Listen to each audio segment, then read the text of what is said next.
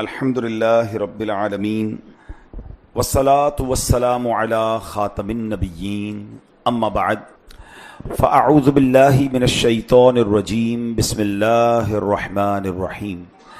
پڑھیے الصلاۃ والسلام علیک یا رسول اللہ وعلی آلک واصحابک یا حبیب اللہ. الصلاۃ والسلام علیک یا نبی اللہ وعلی آلک واصحابک یا نور اللہ. نویت سنت الاعتکاف.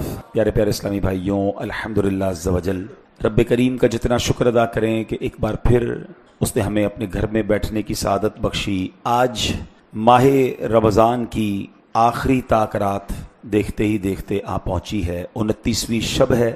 رب کریم آج رات کی برکتیں ہم سب کو نصیب فرمائے. نبی پاک صلی اللہ علیہ وسلم پر درود پاک پڑھنے کے بے شمار فضائل و برکات ہیں. میرے آقا کا فرمان کل کلام لا یذکر اللہ تعالی فیہ ویبدأ بہ بالصلاۃ علی فہو اقطع ممحوق من کل برکہ. میرے آقا فرماتے ہیں ہر وہ بات جو اللہ پاک کے ذکر اور مجھ پر درود بھیجے بغیر شروع کی گئی وہ ہر برکت سے محروم و خالی ہے. کوشش کریں کہ اپنی گفتگو کا آغاز، اپنی کسی اہم بات کا آغاز، دعا کر رہے ہیں اس کا آغاز، بیان درس دے رہے ہیں اس کا آغاز، اپنی کوئی میٹنگ کرنا چاہتے ہیں، بے شک وہ بزنس میٹنگ ہے، آپ چاہتے ہیں اس میں برکت آ جائے، تو اللہ اور اس کے رسول کے ذکر سے، اللہ کی حمد اور اس نبی پاک پر درود پڑھ کے اس کو شروع کریں، کیونکہ پھر برکت ملنی ہے. تو ہم کیوں نہ اس کو اپنائیں. اب بڑا پیارا ایک آپ نے دیکھا ہوگا دعوت اسلامی والے ایک خطبہ پڑھتے ہیں الحمدللہ رب العالمین والصلاۃ والسلام علی خاتم النبیین. بات پوری ہو گئی، اللہ کی حمد بھی ہو گئی اور جناب خاتم النبیین علیہ الصلوۃ والسلام پر درود بھی ہو گیا. اب اس کے بعد آپ پوری بات شروع کر دیں، بسم اللہ الرحمن الرحیم پڑھیں اور بات شروع کر دیں. تو اپنی میٹنگز کا، اپنی بیٹھکوں کا، اپنی گفتگو کا آلویز ابتدا، اور پھر سبحان اللہ اگر دینی بات ہو رہی ہے، بیان ہو رہا ہے، درس ہو رہا ہے، تو اللہ اور اس کے رسول کے ذکر کے ساتھ جو بات ہوتی ہے نا وہ کمپلیٹ بھی ہوتی ہے، وہ بابرکت بھی ہوتی ہے. کیا خوب اشعار شاعر نے لکھے، میرے حضور کے صدقے کلام پاک میں بھی، میرے حضور کے صدقے کلام پاک میں بھی خدا نے بھیجی ہے آیت درود پاک پڑھو. خدا نے بھیجی ہے آیت درود پاک پڑھو. دیا ہے حکم خدا نے یہ اپنے بندوں کو، دیا ہے حکم خدا نے یہ اپنے بندوں کو، پڑھو نبی پہ بکثرت درود پاک پڑھو. سب اولیاء و مشائخ تمام غوث و کتب یہ کر گئے ہیں نصیحت درود پاک پڑھو. تو یہ بڑا پیارا وظیفہ ہے. اللہ کرے کہ ہماری زبان پر جاری رہے. محبت اور پیار سے باواز بلند درود پاک پڑھ لیں. صلو علی الحبیب صلی اللہ تعالی علی محمد صلی اللہ علیہ وسلم. بیان سے پہلے آج جو شہر کراچی اور سندھ کے مختلف علاقوں میں کچھ دیر کے لیے شدید آندھی، طوفان اور بارش کا سماں بنا، بہت بڑا نقصان بھی کافی جگہوں سے اطلاعات آ رہی ہیں. درخت گر گئے، سائن بورڈ گر گئے. ایک تھوڑی دیر کے لیے خوف کی فضا ہو گئی، لوگ گھبرا گئے. اب میں چونکہ کراچی میں جس بلڈنگ میں رہتا ہوں وہ آلموسٹ 19ویں منزل بنتی ہے، تو مجھے اندازہ تھا کہ وہاں جو ہوا کا پریشر تھا، جو ہوا کا شور تھا، اور جس طرح ہماری اس عمارت میں ایک بچوں کی اور فیملیز کی خوف کی آواز آ رہی تھی، تو میں جب یہ تھوڑی دیر بعد سب تھم گیا. یقیناً جن جن کا نقصان ہوا ہم اللہ سے دعا کرتے ہیں اللہ سب کو بہترین نعم البدل عطا فرمائے.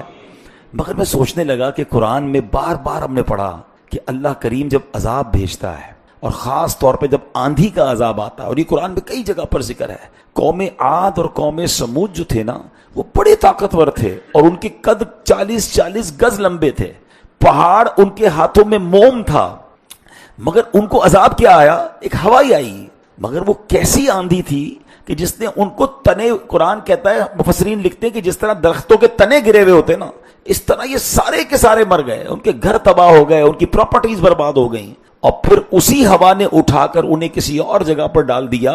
اس قوم کا نام و نشان بھی باقی نہ رہا.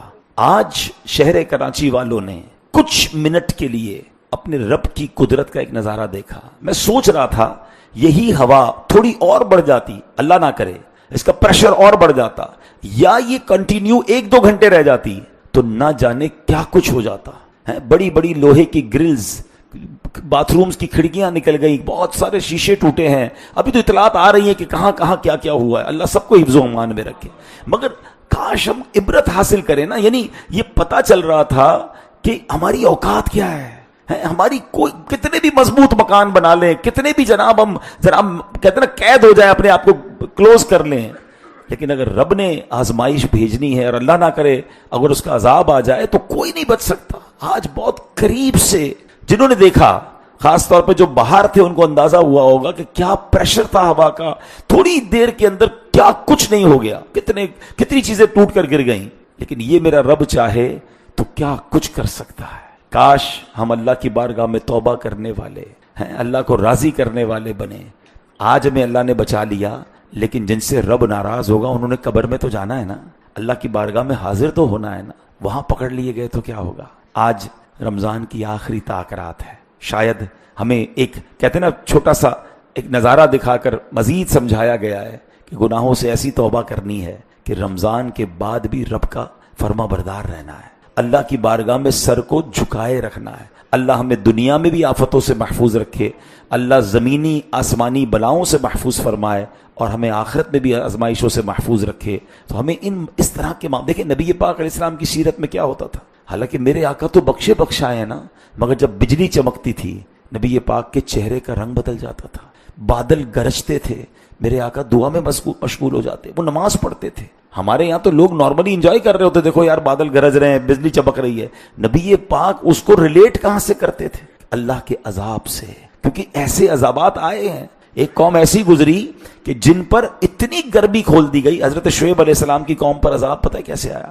اس قوم کا قصور کیا تھا؟ اب ذرا سوچئے, قرآن میں پچھلی قوم کے واقعات پڑھے نا تو اسی لیے تو بیان ہوئے کہ بھائی جو مسٹیکس انہوں نے کی وہ آپ نہ کریں. انہوں نے ایک گناہ, یعنی ایسا نہیں تھا کہ بہت سارے گناہوں پر ان پر عذاب آیا, یقیناً خطائیں تھیں, مگر جو میجر ان کا گناہ تھا وہ بیسکلی کیا بیان کیا جاتا ہے, وہ ناپ تول میں کمی کرتے تھے, وہ ڈنڈی مارتے تھے ناپ تول میں, بےایمانی کرتے تھے, گاہک کے ساتھ چوری کرتے تھے. اس قوم حضرت شعیب نے بڑا سمجھایا ان کو, وہ نہ مانے. پھر کیا ہوا, ان پر جہنم کے, یوں سمجھیے کہ جہنم کے دروازے میں سے ایک سوئی کے ناکے کے برابر ان پر ایک جگہ کھول دی گئی. اتنی گرمی کہ وہ جھلس گئے, ایکسٹرا آرڈنری ہیٹ ہو گئی.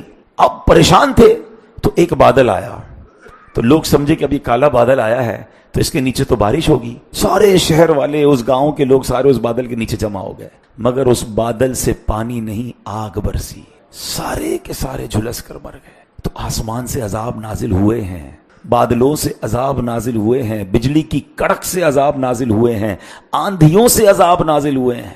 ہم انجوائے کر رہے ہوتے ہیں اور نبی پاک ایسے معاملات کو دیکھ کر اللہ کی بارگاہ میں سجدہ کرتے, توبہ کرتے, استغفار کرتے. حالانکہ سرکار دو عالم علیہ السلام تو وہ ہیں جن کے صدقے میں نے اور آپ نے بخشے جانا ہے. مگر یہ تربیت ہماری کہ اللہ کا خوف بھی تو دل میں ہونا.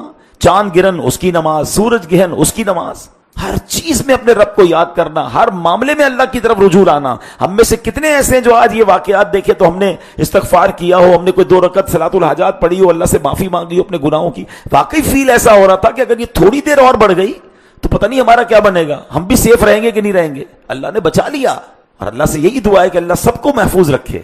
But come is come realise تو کرنا ہے نا, سبق تو لیں. ہمارے بزرگان دین تو ایک چھوٹے سے انسیڈنٹ سے سبق لے لیتے تھے. کیسے کیسے واقعات ہیں, کیسا ان کا دل ہوتا تھا. ایک بار ایک بزرگ تھے, ان کو وہ کپڑا بہت اچھا بناتے تھے, تو کپڑا بنا کر اسٹچ کر کے ایک اچھے ماہر کو سیل کرنے گئے کہ بھئی یہ کپڑا کا بتائیں کتنے کا خریدو گے. تو جب اس نے ایکسپرٹ نے وہ کپڑا دیکھا نا تو کہتا ہے اس میں تو بہت سارے فالٹ ہیں, اسٹچنگ بھی ٹھیک نہیں ہے, اس کی کلر, مثال دے رہا ہوں, کلر کمبینیشن بھی ٹھیک نہیں ہے, کپڑا پراپر نہیں ہے. وہ بزرگ رونے لگے. وہ بیپاری کہتا ہے روئے نا, میں خرید لیتا ہوں, میں تو آپ کو صحیح بتا رہا ہوں, آپ کے اس فیبرک میں یہ پرابلم ہے, آپ کی سلائی میں یہ پرابلم ہے. انہوں نے دیکھیے میسج کیا لیا, یہ میں سمجھانا چاہ رہا ہوں کہ وہ کہتے ہیں کہ میں نے اپنے طور پہ اس کپڑے کو بہترین بنایا تھا, پراپرلی اسٹچ کیا, پراپر پریپیئر کیا, میرے حساب سے اٹ از پرفیکٹ. آج میں سیل کرنے آیا تھا کہ بڑے اچھے پیسے ملیں گے, مگر جب میرا یہ فیبرک, میرا یہ کپڑا کسی ماہر بندے کے ہاتھ میں آیا تو اس نے مجھے اس کے فالٹ گنوانا شروع کر دیے. وہ کہتے ہیں میں نے تو اپنی زندگی میں اپنے حساب سے صحیح نمازیں پڑھی ہیں, صحیح روزے رکھے ہیں, صحیح تلاوت کی ہے, اچھے کام کیے ہیں, مگر جب یہ نیکیاں لے کر میں اللہ کی بارگاہ میں قیامت کے دن جاؤں گا اور مجھے وہاں سے کہہ دیا گیا تیرے سجدے قبول نہیں کیونکہ اس میں اخلاص نہیں تھا, تیرے صدقے قبول نہیں اس میں تو دکھلاوا تھا, تیری عبادت میں تو یہ کھوٹ تھا,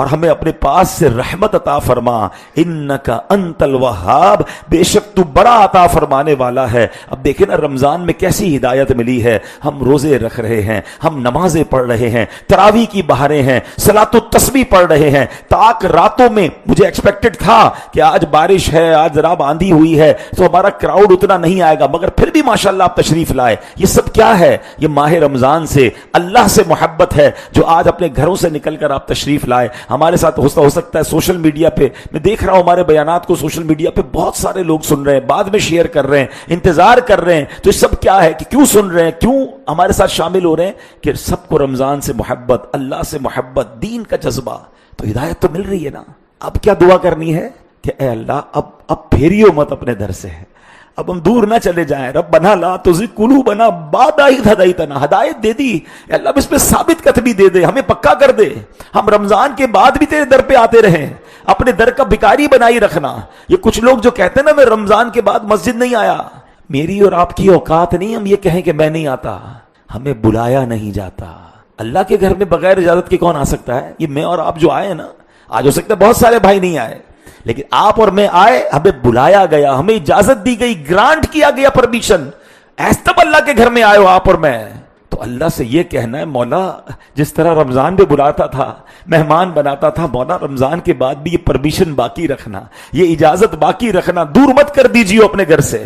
تو جب مسجد سے ایبسنس ہونا، اپنے آپ سے یہ شکوہ کرنا کہ مجھے بلایا نہیں گیا، میں اتنا گناہگار ہو گیا کہ میری پرمیشن ختم ہو گئی، نہیں میں نے پھر جانا ہے، میں نے اس در پر پھر جانا ہے۔ خوش نصیب ہوتے جو روز آتے ہیں۔ تو اے میرے پیارے اسلامی بھائیوں، اب یہ دعا جو ہے اور بھی قرآنی دعائیں ہیں، اس کو اپنی زندگی کا حصہ بنائیں تو انشاءاللہ دعائیں قبول ہوتی چلی جائیں گی، رب عز و جل کی بارگاہ سے نوازا جائے گا۔ اب بات کرتے ہیں محدثین کے امام محمد بن اسماعیل بخاری رحمۃ اللہ تعالیٰ جن کا میں نے بتایا کہ یکم شوال یوم عرس ہے، اب بہت بڑے ولی اللہ، بہت بڑے عالم دین، اور بطور خاص علم حدیث کے بہت بڑے امام ہیں۔ حدیث پاک کا سب سے معتبر اور مشہور مجموعہ بخاری شریف آپ ہی کا جمع کردہ ہے۔ امام بخاری رحمۃ اللہ تعالی علیہ 13 شوال شریف 194 ہجری کو بخارا میں پیدا ہوئے اور 62 سال کی عمر گزار کر یکم شوال کی رات 256 ہجری کو اس دنیا فانی سے رخصت ہوئے۔ آپ کا مزار پر انوار سمرقند کے قریب خرتنک نامی بستی میں موجود ہے۔ امام بخاری نے ساری زندگی علم حدیث کی ایسی خدمت کی، اتنے بڑے عبادت گزار اور متقی تھے، آپ کی وفات کے بہت عرصے بعد تک آپ کی قبر سے مشک سے بھی زیادہ اچھی خوشبو آتی رہتی تھی۔ لوگ بطور تبرک آپ کے مزار مبارک کی مٹی لے کے جایا کرتے تھے۔ حدیث کی ایسی خدمت لی، اور اللہ اکبر، یہ بخاری شریف جو ہے جو آپ نے لکھی نا، اس کا انداز بھی بڑا کمال کا تھا کہ بخاری لکھنے میں کیا کیا امام صاحب نے کہ آپ فرائض و واجبات تو پڑھا کرتے تھے، نوافل کی بھی خوب کثرت فرماتے تھے، اور امام بخاری کا ایک انداز بہت پیارا یہ تھا، آپ کی عادت تھی کہ نماز کو اپنے کام کا حصہ بنا لیتے تھے۔ مثلا امام بخاری نے کتاب لکھی تاریخ کبیر، جو حدیث پاک کو روایت کرتے ہیں، اس کتاب میں امام بخاری نے ان کے احوال لکھے۔ یہ کتاب امام بخاری نے ریاض الجنہ میں بیٹھ کر لکھی، یعنی کیسی جگہ جا کر کی حدیث کی کتاب ہے، ان لوگوں کی بات کرنی جنہوں نے حدیثیں روایت کی ہیں، ریاض الجنہ میں بیٹھ کے لکھی۔ پھر بخاری شریف، سبحان اللہ، اس کے بارے میں ایسا عشق بھرا انداز تھا۔ بخاری شریف امام بخاری نے 16 سال میں مکمل کی، تقریباً 7500 احادیث اس میں موجود ہیں، اور امام بخاری نے لکھنے کا انداز یہ اپنایا کہ ہر حدیث پاک لکھنے سے پہلے تازہ غسل کرتے، 2 رکعت نفل پڑھتے، اس کے بعد حدیث شریف لکھتے تھے۔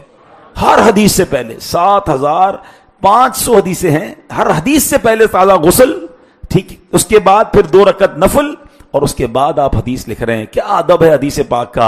امام بخاری کا عشق رسول دیکھیں کہ 2 جہانوں کے سلطان کی زبان پاک سے ادا ہونے والے مقدس مبارک منور الفاظ ہیں، لہٰذا ان کے عشق کا تقاضا یہ تھا کہ ان کی بات کرنے سے پہلے تیاری کی جائے۔ یہاں بھی ہمیں کچھ سیکھنے کو مل رہا ہے۔ میں نے کہا نا، میں سیرت بھی بیان کرتا جاؤں گا، اور اپنے آپ کے لیے ہم سب کچھ سیکھتے بھی جائیں گے کہ جب اللہ رسول کی بات کرنی ہے، اللہ کی بارگاہ میں حاضر ہونا ہے، نبی پاک کا ذکر خیر کرنا ہے، تو اس کی پریپریشن ہونی چاہیے نا۔ میں اور آپ مسجد آتے ہیں، کئی لوگ تو ماشاءاللہ میں نے دیکھا تیار ہو کر آتے ہیں، خوشبو لگا کر آتے ہیں، دیٹس گریٹ، مگر کچھ لوگ ویسے ہی اٹھ کے آ جاتے ہیں، اب خاص طور پہ مغرب میں کیا ہو رہا ہے، افطاری کی، سموسے پکوڑے کھائے، پیاز بھی کھائی، مسجد میں آ گئے، منہ میں ویسے ہی بدبو آ رہی ہے. نہیں، باڈی صاف ہو، چہرہ صاف ہو، اسمیل نہ آئے. اللہ کی بارگاہ میں آ رہے ہو یار. دعوت پہ کیسے جاتے ہیں؟ ہماری بلڈنگ ہو تو بلڈنگ کو سب کو پتہ چل جاتا ہے حضرت آج کہیں دعوت میں گئے، کیونکہ بہت ساری خوشبو لگا کر گئے ہیں. اور مسجد میں ویسے ہی چلے گئے.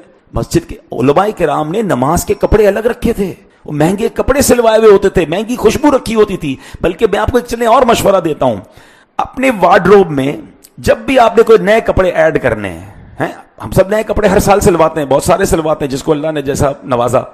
اگر ان کپڑوں کو ایڈ تو کرنا ہی ہے. اگر آپ جمعے کے دن جب بھی نیا کپڑا پہننا، جمعے کی نماز میں پہنے کہ آج میں نے نیا لباس جمعے کی نماز کی نیت سے پہنا ہے، تو انشاءاللہ نیا لباس پہننے کا بھی آپ کو ثواب مل جائے گا.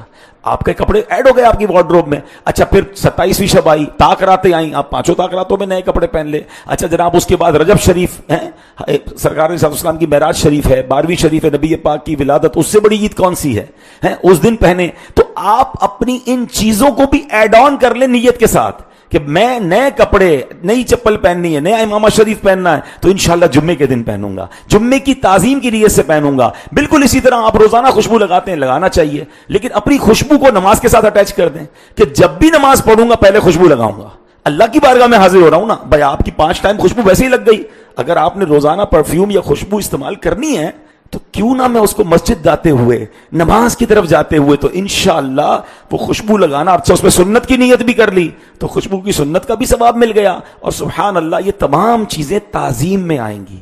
تو مسجد آتے وقت پلیز ادب کے ساتھ، بال صحیح ہوں، کپڑے صاف ستھرے ہوں، خوشبو لگا کر آئیں، ادب کے ساتھ. کدھر جا رہے ہیں؟ میں آپ کو کہوں مثال کے طور پہ کہ یار ابھی اجتماع ہے اور اس کے بعد ہم سب کو ذرا 5 اسٹار ہوٹل میں سحری کرنی ہے. ہم میں سے جو یہ کہے نا میں ذرا گھر جا کے کپڑے بدل کے آ رہا ہوں، تو اس کا مطلب وہ اس وقت ان کپڑوں میں نہیں ہے کہ جو کسی مہنگی جگہ پر جا سکے. شرم آنی چاہیے اس کو. اللہ کے گھر میں ایسے لباس میں آئے ہو کہ کہیں بڑی جگہ پر نہیں جا سکتے. اس سے بڑی کون سی جگہ ہوگی؟ بالکل اسی طرح جب نعت خوانی ہو رہی ہے، نبی پاک کا ذکر خیر ہو رہا ہے، تو ادب کے ساتھ، شوق کے ساتھ، خوشبو لگا کر. کبھی کبھی ایسے بھی درود پاک کی ایک محفل سجائیں کہ باقاعدہ نئے. اب دیکھیں آج امام بخاری کا انداز مل گیا نا کہ باقاعدہ غسل اس نیت سے کریں کہ اب میں نے انشاءاللہ نبی پاک پر درود پڑھنے ہیں. آج اب درود پاک پڑھنے کا ٹائم ہے. غسل کیا، لباس پہنا، 2 رکعت نفل پڑھی، ہاتھ میں تسبیح لی، قبلہ رو بیٹھے اور سبحان اللہ درود پاک پڑھنا شروع ہو گیا. ارے اس کا جو مزہ آئے گا نا آپ کو. تیاری کس لیے ہو رہی ہے؟ اگر تھوڑا ذہن بنا لو نا، نماز اور نماز میں ذہن یہ بناؤ کہ میں اللہ کی بارگاہ میں حاضر ہونے جا رہا ہوں. سبحان اللہ، کدھر جا رہا ہوں؟ رب کی بارگاہ میں حاضر ہونے. پھر کیسی تیاری ہوگی؟ اور جب سبحان اللہ پیارے آقا کا ذکر خیر کرنا ہے، محفل نعت ہے، قرآن و حدیث کی کوئی محفل ہے، تو پوری طرح تیار ہو کے جائیں کہ حضور کی بارگاہ میں جا رہا ہوں. کیا معلوم یہ ادب کرنا جو ہے یہ ہماری مغفرت کا ذریعہ بن جائے. کہتے ہیں نا، با ادب با نصیب، بے ادب بد نصیب. بے ادب نہیں بننا ہے، جتنا ادب کریں گے. اور اسی طرح مکے مدینے جائیں، سبحان اللہ، اس سے بڑھ کر کون سی جگہ ہے؟ تو وہاں اسی طرح پریپیئر ہو کے، تیار ہو کر اچھے انداز سے جانا ہے. سبحان اللہ. تو بہرحال کیا بات ہے، امام بخاری کی پنجابی شاعر کہتا ہے نا، جے دھواں منہ عطر گلابوں دم دم وار ہزاراں، جے دھواں منہ عطر گلابوں دم دم وار ہزاراں، ہوا نہ اجے نام لیون دے لائق شاہ ابراراں. کہتے ہیں میں اپنے منہ کو 1000 بار مشک اور گلاب سے دھو بھی لوں تب بھی حضور کا نام لینے کے قابل نہیں بنوں گا. ان کا نام ہی ایسا ہے، ان کا ذکر ہی ایسا ہے. بہرحال میرے پیارے اسلامی بھائیوں، اب ہم اپنی ان نیکیوں کو ایڈ کر لیں. مثال کے طور پہ اپنے کسی کام کے ساتھ کوئی نیکی ایڈ کیسے کریں؟ اب اس کا طریقہ کیا ہو سکتا ہے کہ ہمیشہ نیت کریں کہ جب بھی گاڑی کھولوں گا بسم اللہ پڑھوں گا، گاڑی میں بیٹھ کے گاڑی سٹارٹ کرنے سے پہلے میں 5 بار درود پاک پڑھ لوں گا. ہماری روٹین بنائیں، کچھ چیزوں کو نیکیوں کے ساتھ ایڈ کر لیں. جیسے ہی آفس پہنچوں گا بسم اللہ شریف پڑھوں گا، تمام لوگوں کو سلام کروں گا، وضو ہوگا تو 2 رکعت نفل پڑھ کے کام پہ بیٹھوں گا. برکت بھی آ جائے گی اور آپ کی روز کی 2 رکعت نفل ہو جائیں گی. جیسے ہی گھر واپس آؤں گا بسم اللہ شریف پڑھ کے گھر میں داخل ہوں گا، سب کو سلام کروں گا، سورہ اخلاص پڑھوں گا. اپنی روٹین ایسی بنا لیں کہ میرا یہ کام اس کے ساتھ اٹیچ ہے، تو نیکیاں ملٹی پلائی ہوتی چلی جائیں گی. بہت ساری چیزیں ہم آٹومیٹکلی کر رہے ہوتے ہیں. گھر سے نکلتے ہوئے کپڑے پہنتے ہیں، کپڑے کے بغیر کوئی نہیں نکلتا. موبائل بھی اٹھاتے ہیں، چابی بھی اٹھاتے ہیں. بہت ساری چیزیں ہوتی ہیں جو کمپلسری ساتھ جاری ہوتی ہیں. تو ساتھ ساتھ کچھ نیکیاں بھی ساتھ ہو جائیں کہ اتنے بار درود پڑھا کہ نہیں، گھر سے نکلنے کی دعا پڑھی کہ نہیں. تو یہ امام بخاری نے جس طرح ہر حدیث کے ساتھ کچھ نیکیوں کو ایڈ آن کر لیا، اگر ہم اپنے کاموں کے ساتھ کچھ نیکیوں کو ایڈ آن کر لیں تو ہماری نیکیوں کا میٹر بھی چلتا رہے گا اور انشاءاللہ اس کی برکتیں ملتی رہیں گی. اب میرے پیارے اسلامی بھائیوں، امام بخاری کا ایک اور کمال یہ تھا کہ آپ کو نوافل سے کتنی محبت تھی اور نماز کا انداز کیسا تھا. اب ذرا غور سے سنیے گا. ایک مرتبہ امام بخاری کسی دعوت میں گئے, وہی والی بات کہ کسی بھی جگہ موقع ملنا تو نیکی کرنی. دعوت میں کچھ دیر تھی, ابھی لوگ نہیں آئے تھے, امام بخاری نے نماز شروع کر دی. اچھا, جیسے نوافل سے فارغ ہوئے نا, بڑے خشوع و خضوع سے نوافل پڑھے. نوافل سے فارغ ہو کے لوگوں سے کہتے ذرا دیکھنا میرے کپڑے کے اندر کچھ ہے. لوگوں نے چیک کیا, قمیض کے اندر تو ایک زہریلا کیڑا تھا جس نے 16 یا 17 مرتبہ امام بخاری کو ڈنک مارا تھا. تو لوگوں نے کہا پہلے ہی ڈنک پہ نماز توڑ دیتے ہیں, باہر آ جاتے نماز سے, آپ کو تکلیف نہیں ہوئی. فرمایا کہ بات یہ ہے کہ جب اس نے پہلا ڈنک مارا نا, ابھی میں نے نماز شروع کی تھی, ایک قرآن کی سورت شروع کر رکھی تھی, دل چاہ رہا تھا پہلے سورت پوری کر لوں پھر سلام پھیرنا ہے. کیسا جذبہ, کیسا خشوع و خضوع ہے. ہمارے تو دماغ ہی کہیں اور چل رہا ہوتا ہے. کتنی رکعتیں ہوئیں آج, مثال کے طور پہ امام صاحب نے 4 رکعتوں میں صلاۃ التسبیح میں کون کون سی سورت پڑھی, پوچھو تو شاید ہمیں وہ بھی یاد نہیں. ہم تو شاید ہو سکتا ہے کچھ حساب کتاب بھی ساتھ لے کر آتے ہو کہ یار یہ آدھے گھنٹے کی نماز ہے تو اس میں سارا شیڈول بھی سیٹ کر لوں گا. وہ چٹکلا ہے نا, ایک صاحب تھے نمازی, وہ گئے کسی مسجد میں تو ہر بار جماعت سے نماز پڑھتے تھے. تو ایک بار جماعت چلی گئی, تو جماعت گئی تو رونے لگ گئے. لوگوں نے کہا یار کتنا بڑا عاشق نماز ہے, جماعت چلی گئی اس لیے رو رہا ہے. یار کوئی بات نہیں, اللہ معاف کر دے گا, آپ تو آتے ہی ہو. کہتے اس لیے نہیں رو رہا, جیسے عشاء پڑھاتے تھے نا امام صاحب تو اس میں پورے دن کا دکان کا حساب کرتا تھا. اب تو حساب رہے گی, اب تو خود نماز پڑھنی پڑے گی. یہ ہے تو سمجھانے کی حکایت, لیکن ہم میں سے کتنے لوگ ایسے ہیں, ادھر دیکھتے ہیں ادھر دیکھتے ہیں, عجیب دماغ چل رہا ہوتا ہے. نہیں, نماز میں فوکس ہے. اللہ اکبر. قرآن فرماتا ہے اضاعوا الصلاۃ واتبعوا الشہوات فسوف یلقون غیا.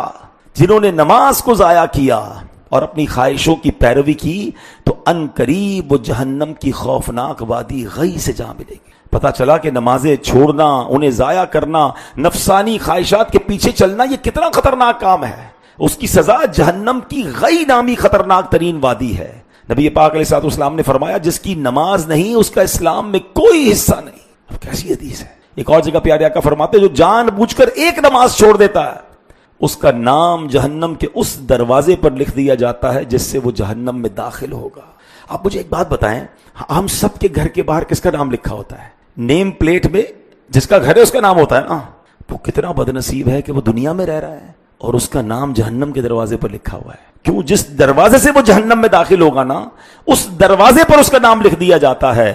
اللہ اکبر. اور یہ ایک نماز چھوڑنے والے کے بارے میں ہے, جان بوجھ کر ایک نماز چھوڑنے والا. جو نہ جانے کتنی نمازیں چھوڑتا ہے اس کا کیا بنے گا. اے میرے پیارے اسلامی بھائیوں, نماز کسی صورت معاف نہیں ہے. اب عید آ رہی ہے نا, یار عید پہ ذرا مہمان آئے تھے اس لیے نماز چلی گئی. اچھا پھر کیا ہوا, ذرا چھوٹا موٹا فنکشن تھا, گھر میں مہمان آئے تھے, پروگرام تھا, اس لیے نماز چلی گئی. بلکہ معاذ اللہ ایسی عادت بن گئی گھر میں کسی کی فوتگی ہو جائے نا, تو یار آپ نماز میں نظر نہیں آئے, وہ گھر میں فوتگی ہو گئی تھی. فوتگی پہ تو زیادہ نماز پڑھنی چاہیے تھی آپ کو. وہ جو غسل کا انتظام کرنا تھا نا, وہ کفن کا انتظام کرنا تھا, ذرا قبر پہ جانا تھا. یعنی ہم کوئی بھی کام آ جائے سب سے پہلے جو چیز ڈراپ کرنی نا وہ نماز ہے.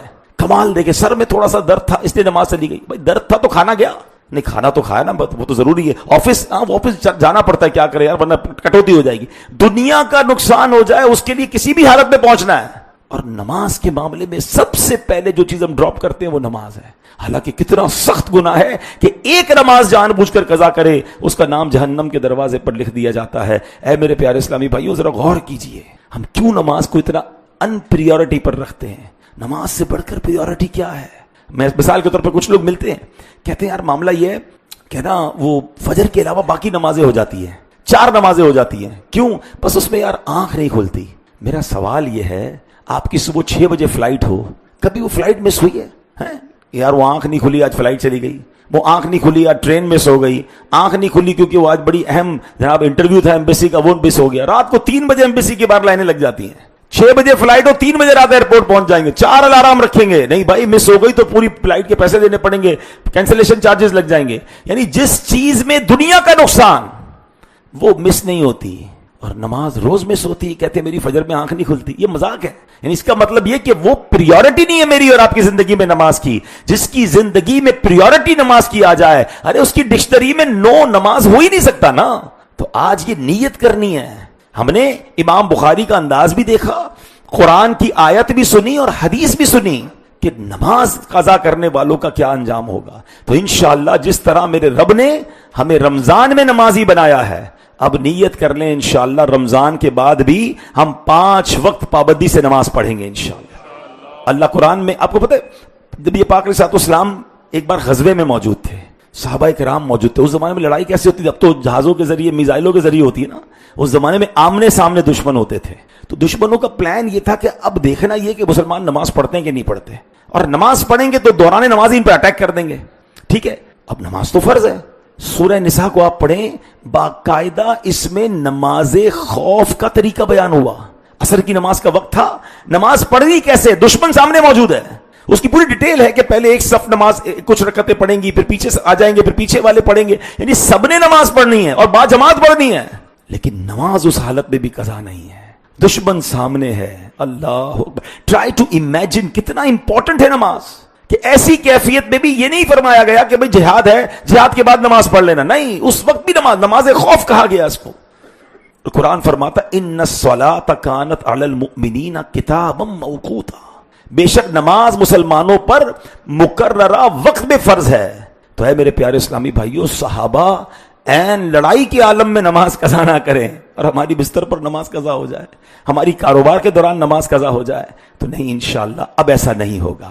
ہم نے قرآن کی دعا مانگی ہے نا، یا اللہ ہدایت کے بعد اب دلوں کو مت پھیرنا، ہدایت دے دی ہے اے رب کریم، 29ویں شب ہے، تیرے دربار میں دعا ہے کہ ہمیں اپنے در پر ایسا مضبوط کر دے کہ اب نماز روزانہ پابندی سے پڑھیں گے انشاءاللہ۔ سبحان اللہ۔ اب آگے چلتے ہیں، نماز پڑھنی ہے، مگر جو اس میں ادھر ادھر دیکھتے ہیں نا، اللہ اکبر، میں جب یہ پڑھے نا الفاظ، کچھ واقعی الفاظ ہلا دیتے ہیں نا بندے کو، گوز بم ہو جاتے ہیں، رونگٹے کھڑے ہوتے ہیں۔ ذرا الفاظ سنیے گا، اللہ کیا فرماتا ہے ان لوگوں سے جو نماز میں ادھر ادھر دیکھتے ہیں۔ ڈی فوکس ان نماز، پلیز ابھی کم از کم اس بات کے لیے تو فوکس کر لیں۔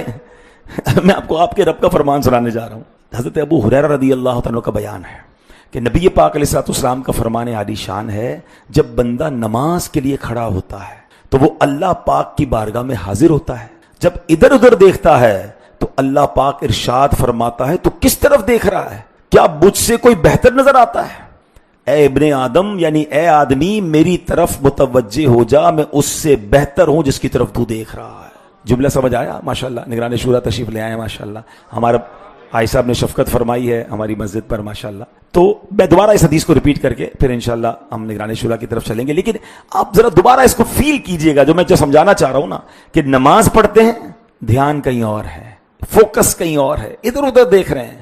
اللہ فرماتا ہے کہ نبی پاک علیہ الصلوۃ والسلام کا فرمان عالی شان ہے، جب بندہ نماز کے لیے کھڑا ہوتا ہے تو وہ اللہ پاک کی بارگاہ میں حاضر ہوتا ہے، جب وہ ادھر ادھر دیکھتا ہے تو اللہ پاک ارشاد فرماتا ہے تو کس کی طرف دیکھ رہا ہے؟ کیا مجھ سے کوئی بہتر نظر آتا ہے؟ اے ابن آدم، میری طرف متوجہ ہو جا، میں اس سے بہتر ہوں جس کی طرف تو دیکھ رہا ہے۔ یعنی میں اور آپ نماز میں کس کی طرف حاضر ہیں؟ اللہ کی بارگاہ میں۔ اللہ کی بارگاہ میں حاضر ہو کر ادھر ادھر خیالات، ادھر ادھر دیکھنا ہے تو نہ پریشان نظری ہو، اور اللہ کرے ہمارے دل کی کیفیت بھی ایسی ہو کہ ہم نماز کے اندر ہی انوالو رہیں، تو انشاءاللہ پڑھتے رہیں گے، سمجھتے رہیں گے، نماز سے محبت رکھیں گے تو انشاءاللہ یہ فیضان نصیب ہوگا۔ اللہ امام بخاری رحمۃ اللہ تعالی کی قبر منور پر کروڑوں رحمتوں کی بارش نازل فرمائے۔ انہوں نے جس انداز سے حدیث پاک کو لکھا، اللہ ان کے عشق رسول کا ذرہ ہمیں عطا فرمائے۔ اور آج ہم نے جو چند باتیں سنی، خاص طور پہ دعا کیسے کرنی ہے اور نماز کی اہمیت اور اس پہ فوکس کس طرح رکھنا ہے، اللہ ہمیں اس پر عمل کرنے کی توفیق عطا فرمائے۔